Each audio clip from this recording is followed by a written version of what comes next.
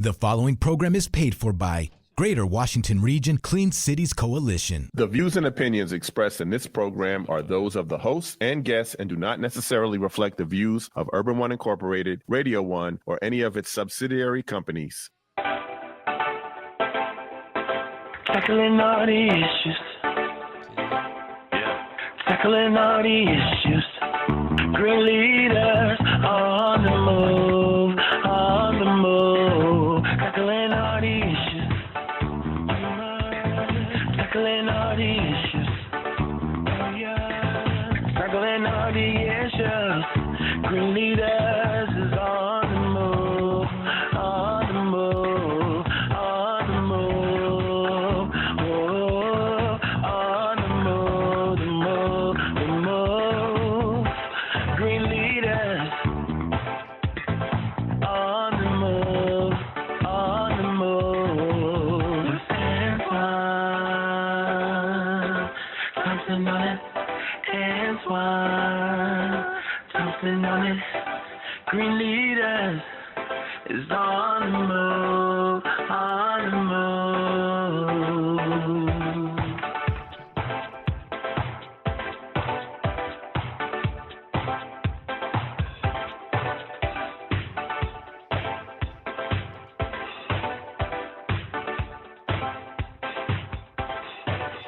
Yes, good morning, DMV, and the place to be with Antoine Maurice Thompson, CEO, Executive Director of Greater Washington Region Clean Cities Coalition. Happy MLK Week. That's right, we're not just celebrating the day, we are celebrating the week and the month for Dr. King.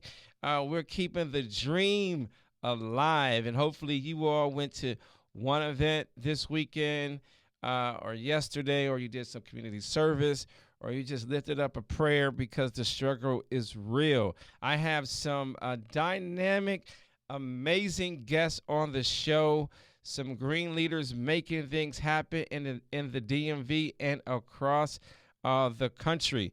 But before I introduce my two guests for today, I want to thank everyone that came out for our opening and kickoff winter reception last week in D.C.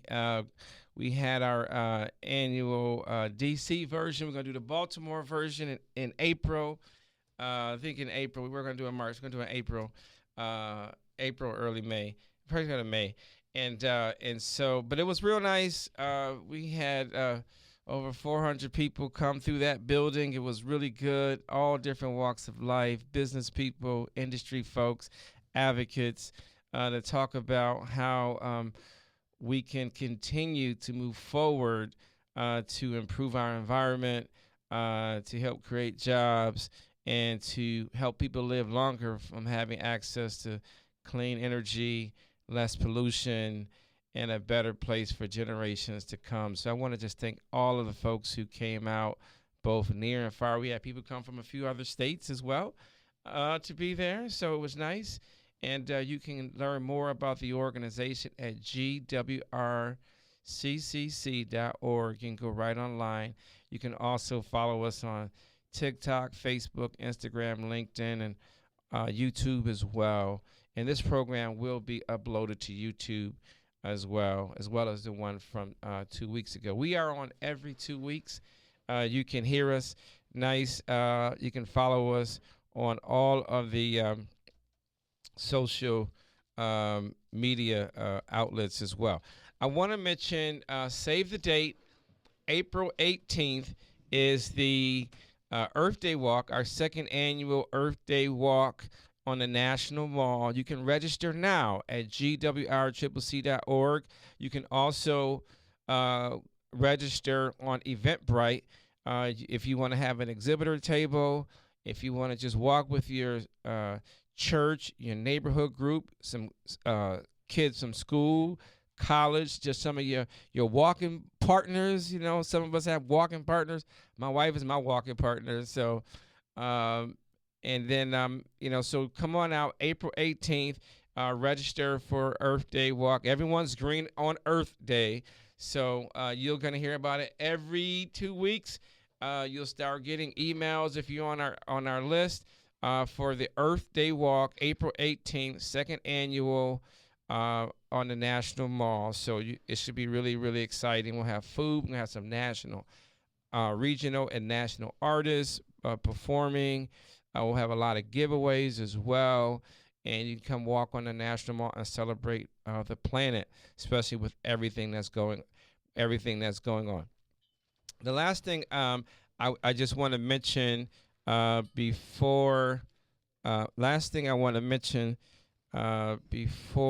things bring on my guests. One is the need for you all to get involved, right? It's really important. We often, when we talk about the planet and climate, sometimes we talk about the trees and the bees and all that, but I always don't understand how it impacts you personally. And things like high rates of asthma, COPD, respiratory illnesses like lupus and illnesses like cancer, and connecting those dots. So on this program, you will always hear that. We will also have some amazing people like the ones we have today. I want to welcome my two wonderful women that are on the move in the industry. I have Sheryl Ponds and Sade Dennis. I told them they're like an old band, SNS, Y'all remember the SNS band? Some of the old school folks? All right. But these two are a powerhouse. They're doing some amazing things. And so I want them to share with you some of the great work that they're doing. And so we're going to start with Sheryl. If you could just briefly tell us about yourself, where you're from, and what you're doing and how you got into it. And then we'll come right over to Sade. Okay. Like infrastructure and install EV charging stations. We do at-home charging. That's our specialty. We also work on EV hubs and things I would say similar to public-private partnerships with small businesses that are leveraging state grants to install EV charging stations on their property. And we're also looking at some solutions for workforce to address the labor shortage in our industry. Awesome. And Sade, why don't you tell us about yourself? Absolutely. Well, first, Antoine, thank you.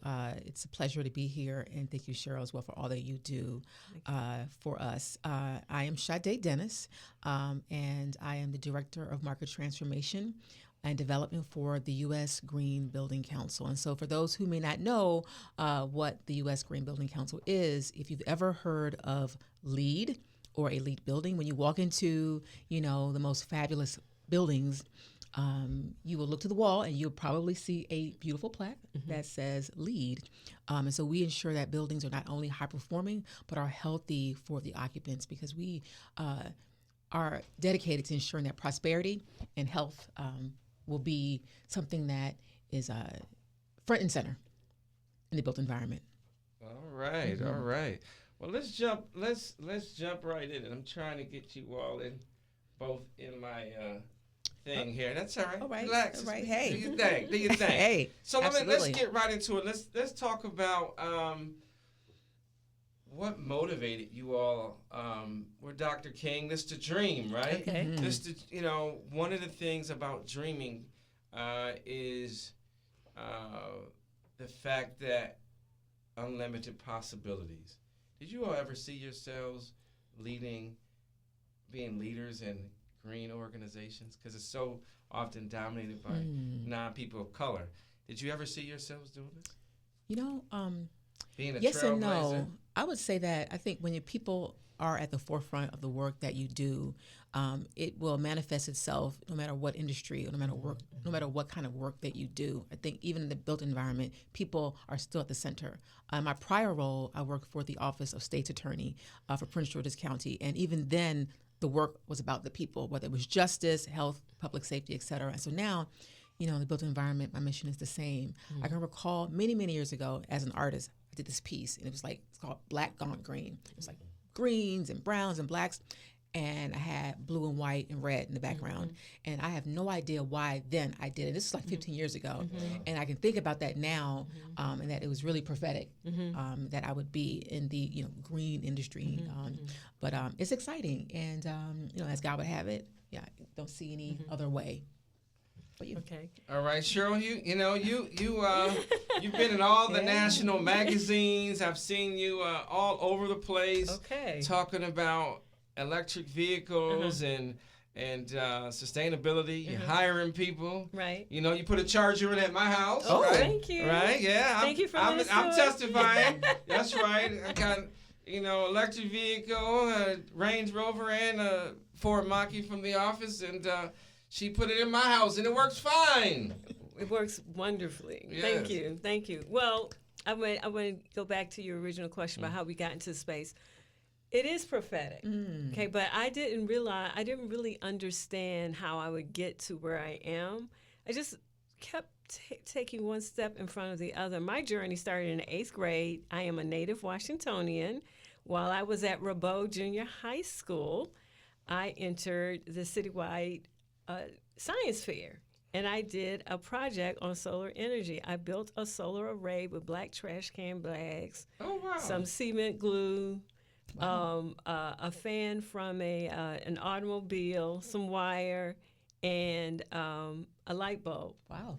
And what it presented, the light bulb was a proxy for the sun. And what I proved out was that you could raise the temperature using certain types of materials and heat up a room. And therefore, that's why we needed to go with solar energy, because at the time we were headed into the energy crises. Gasoline was going above $1 a gallon. That's years ago. And I was a child prodigy. Although I like my EV charging bill a little better. Right. So, but the thing is that once the administration changed, my pursuit in being in the solar space changed, because just like we're seeing now, the funding just evaporated and went back into oil. And that happened in the 80s, and it's happened again in the 2020s. And but this time, the community is stronger. We're smarter. We are not. We're not falling for, I would say, like they say, the okie doke, in that the folks who are what we call the climate warriors, the people who are advocates in this space.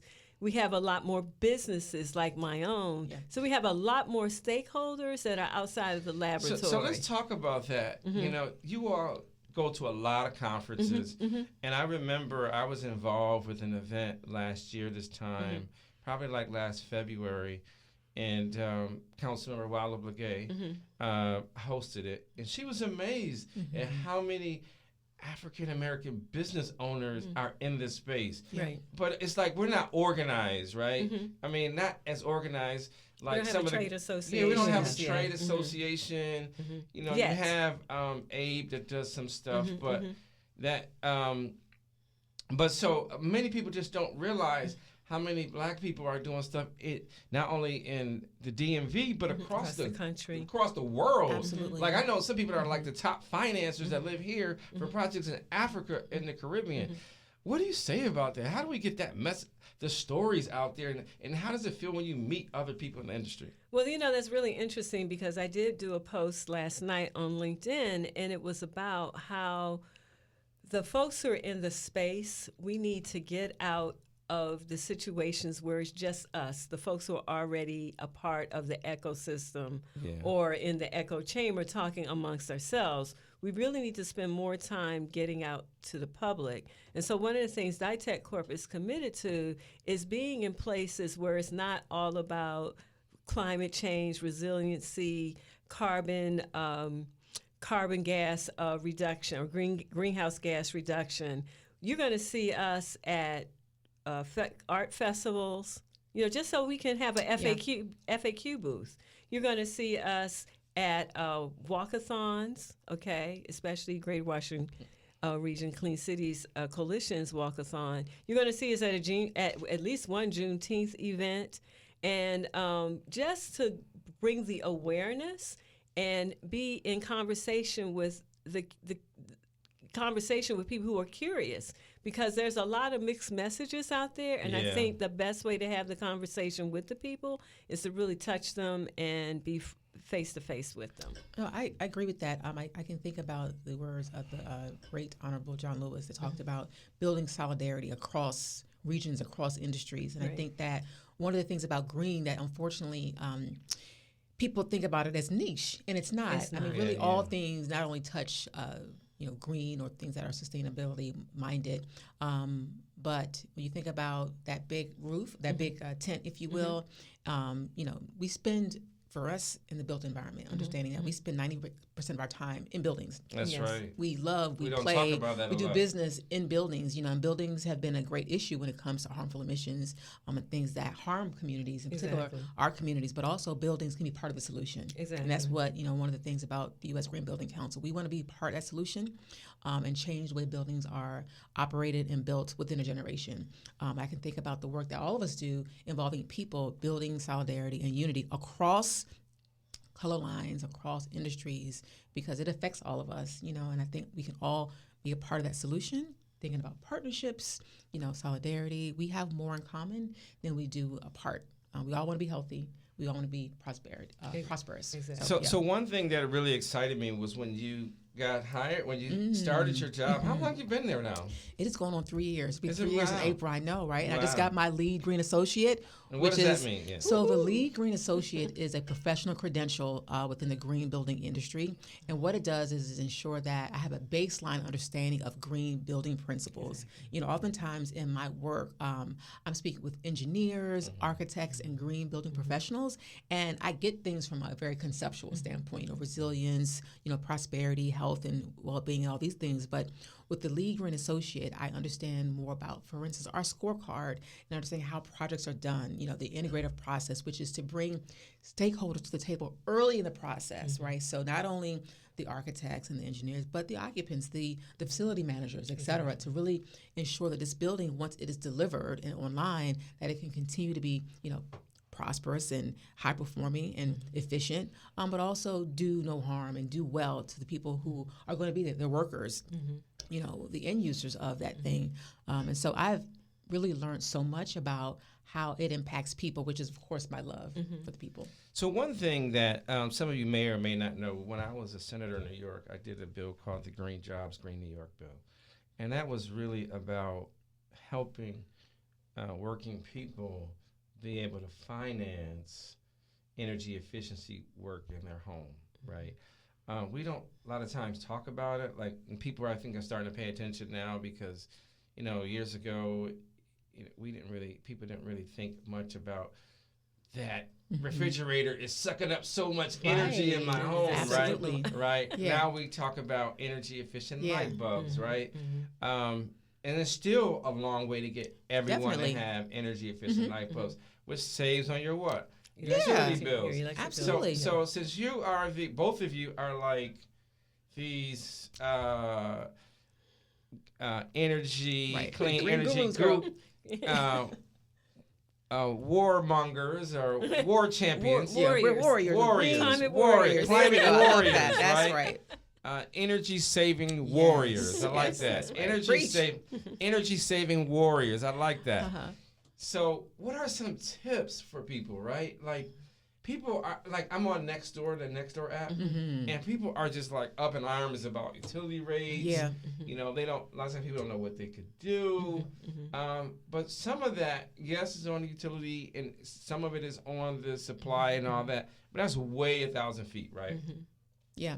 What are some of the things that people can do to reduce their energy costs? That's a great question. I always like to think I about like this EV as- charging. Yeah. And I know it's saving me some money. I program my car. It charges at 11 at night, Right, I love at that. 7 in the morning, Right. and You know it what? saves. And I'm going to save almost $2,000 on gas Gasoline. this year. Right. So I am now only putting gas in my gas powered car once every 2 months.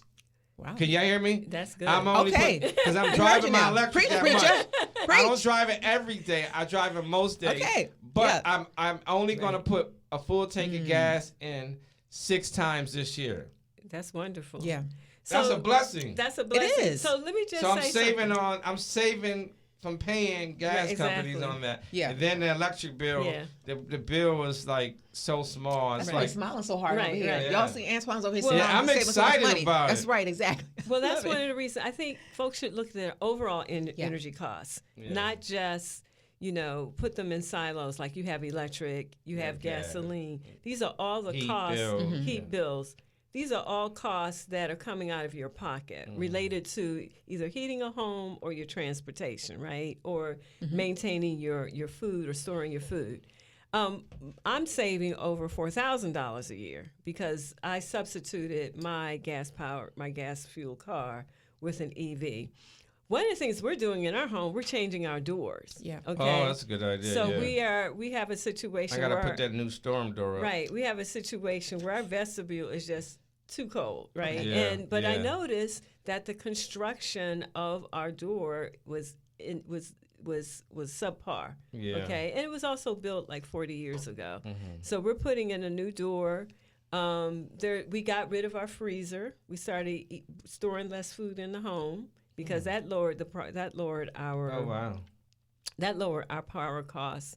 The other thing that we're doing is we're checking windows. We're making sure they're locked tight at night. What's the name of that thing? We have them. I can't remember, but it has a little laser gun on it, and you can scan the windows from a distance, and it'll tell you where the heat is coming out. and all that. like infrared or something like yeah. that. Right. It's like right. only like $20 to buy one of those. Exactly. So we check. We do those sort of checks in the house, and we're also looking at this new insulation project. We're doing these things, in steps. We're also looking at a new insulation product that is made out of hemp, as opposed to fiberglass. So what it offers is you don't have the health concerns you have with introducing fiberglass into your home, but you have a healthier option. Yeah.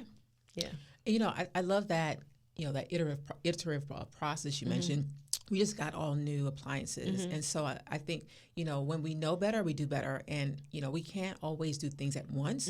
But I would always like to remind people, and something that is personal to me, is to start reading that mail. We see these things come in, we see rebates and things. But oftentimes, unfortunately, many of our communities are hit with like bread and butter issues. Right. And we don't have always the amount of time and energy, right? Excuse Or the pun. disposable income. Exactly, that's to ready be able for to that. write and to do these projects. But but when it's time to get those new appliances, make sure that they're energy efficient. When it's read those rebates, Exactly. read that mail that comes in. And the county and state often have a lot of things. I know Prince George's County and D.C. and Montgomery County and Maryland Energy Administration, they always have different grants for families, whether it's an apartment or a homeowner. It's important. And these green issues are not just quote unquote side issues. They really are meat and potato issues. And I think that once we consider them that way and put them at the forefront, along with our our grocery bills, our health premiums, all these different things. I mean, it really all ties together. And when it's time to upgrade, whether it's your car or your appliances, you can make those smarter decisions then. And also to share, Antoine, you mentioned some things a little bit ago about what you've learned. I mean, you EVs and things like that, is to each one reach one and to be able to share with our neighbors. The same way we do when it comes to get out to vote or any other thing, is to really share with our loved ones And my about gas this bill. stuff. So when we bought our home, it had a lot of it's not a LEED certified home, but it's an Energy Smart home. Okay. Right.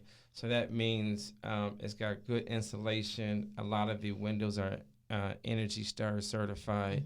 All of the appliance when we bought the home, the refrigerator, the dishwasher, microwave, oven, all that were Energy Star certified, right? And even some of the other things were Energy Star. So that means my gas bill has never been like over $60. That's fantastic. Yeah. We have three is. floors. We have 3 floors in our home, right? And we have, and like I said, you heard me complaining because my storm door cracked last year. It was a defect from Home Depot, and I couldn't get the warranty because we've been in the house too long. So that's the only thing that's really leaking that I'm concerned about. But again, our gas bill has never been over $60. Wow. Right.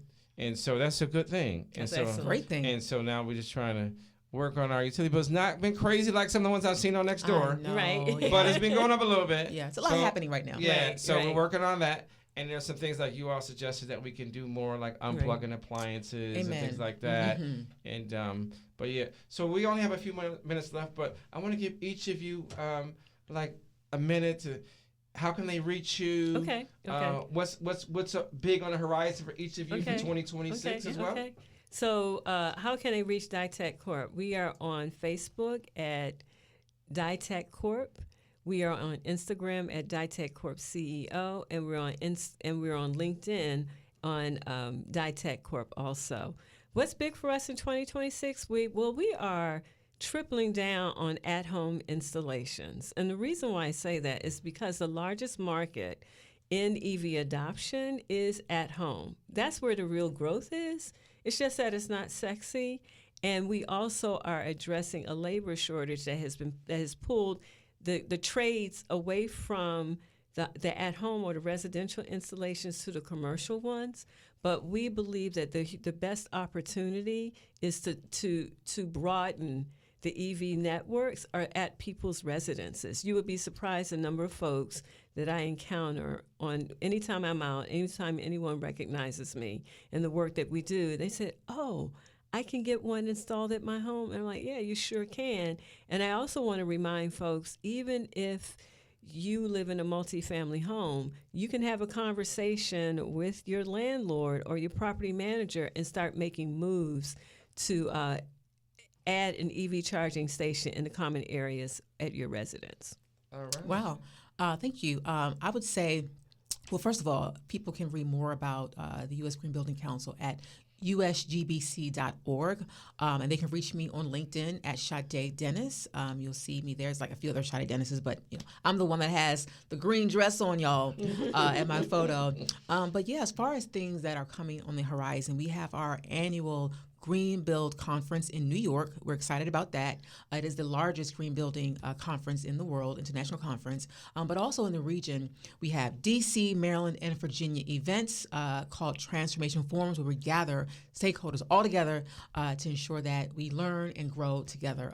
So we're excited. I hope to see y'all at one of these events in person. Great. Well, I want to thank my dynamic guests for being here today. Some very sharp women that are on the move in the environmental, clean energy, clean transportation arena. I also want to remind everyone to save the date for April 18th. That is going to be our second annual Earth Day walk on the National Mall, Washington, D.C. You can come near and far for that. I also want to remind you that you can become a member or a supporter of Greater Washington Region Clean Cities. You can be a citizen advocate for $25. You can be a business leader, institutional member, or you can just donate at GWRCCC3Cs.org. You can do that today. As always, this has been an amazing program. We'll be back 2 weeks from today. Same place, same time. This is Antoine M. Thompson, CEO and Executive Director of Greater Washington Region Clean Cities. If you live in the DMV, I need to see you in 2 weeks. Thompson on it, Antoine. Thompson on it, Green Leaders is on the move, on the move.